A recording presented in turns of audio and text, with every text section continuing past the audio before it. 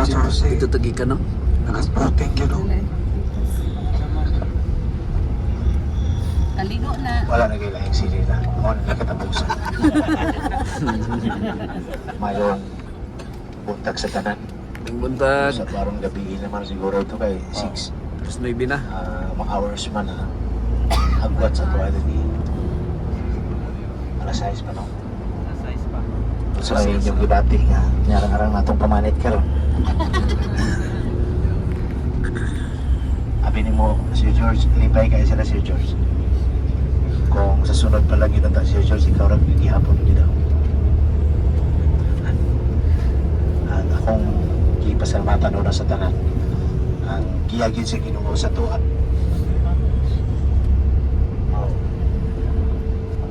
Nakaabot kita rin gawa naging problema, makaulit po tanga way problema. Yeah, di kahit ang mga gahil. Yaw ano? May kunting tao no? Kasabot mo lang di kahit ang Kaya gahil. rin so.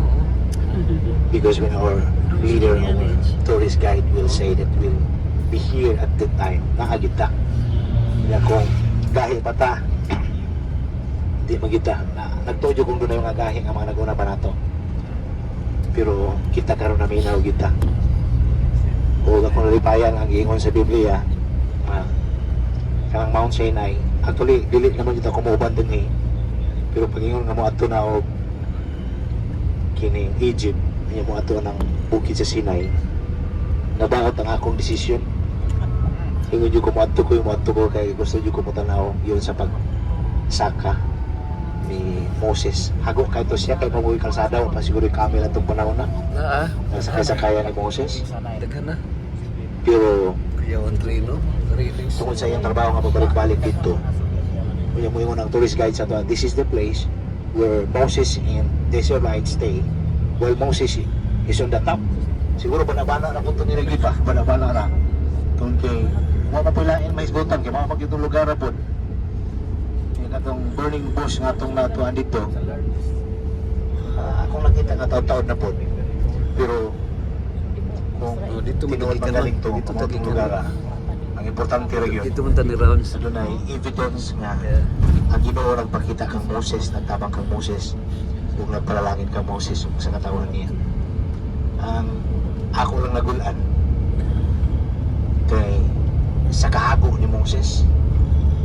Di ba naibawan mo nga si Moses mahimo naman atong hari? Mahimo na siyang hari, kaya anak mo siya sa anak sa babae sa hari. Pero iyang yung italikdan ngayon ang Hebrewanon, italikdan niya tungod sa pagigugma niya sa Ginoo. Kung kita pa siguro to, siguro muna maguna-una pa kita. Kaya nga, muli pa yung ko ka-decide nga ako yung mag-lead sa mga tao. Ginoon, diya sa Exodo 3 o 4, nibalibad yun si Moses. Siya dili ko Ginoo, dili ko. Siya dili. At to kano dili ko pwede ko may mga istorya. Siya lang may imuhang igsuon nga si Aaron mo imuhang spokesman. Ug gabi ninyo ni sugod si Moses. Sa pagkakaroon ato nakita nga ang kahago ni Moses sa kayapag sa mga tao nga inidala. Nakonsider mo yabag kay naibaw na gyud sila kadunay Ginoo, pero magimo-himo pag sila Ginoo. Murag sa sama ra po sa atong giron ba? Ang murag advantage sa gamay sa tuwa kay gamay ra sa sampol kini nga grupo. Murag wa po ko kakita, una magaling gilang may wala niyo po ko kakita nga magsupak-supak. Sulutan gyud ta murag muto umugin mo sulod ba gyud ang sampulan na pag-ingon sa atong tourist guide nga nakawata ni orasa mula ko magita. No, may magpagaygahin po.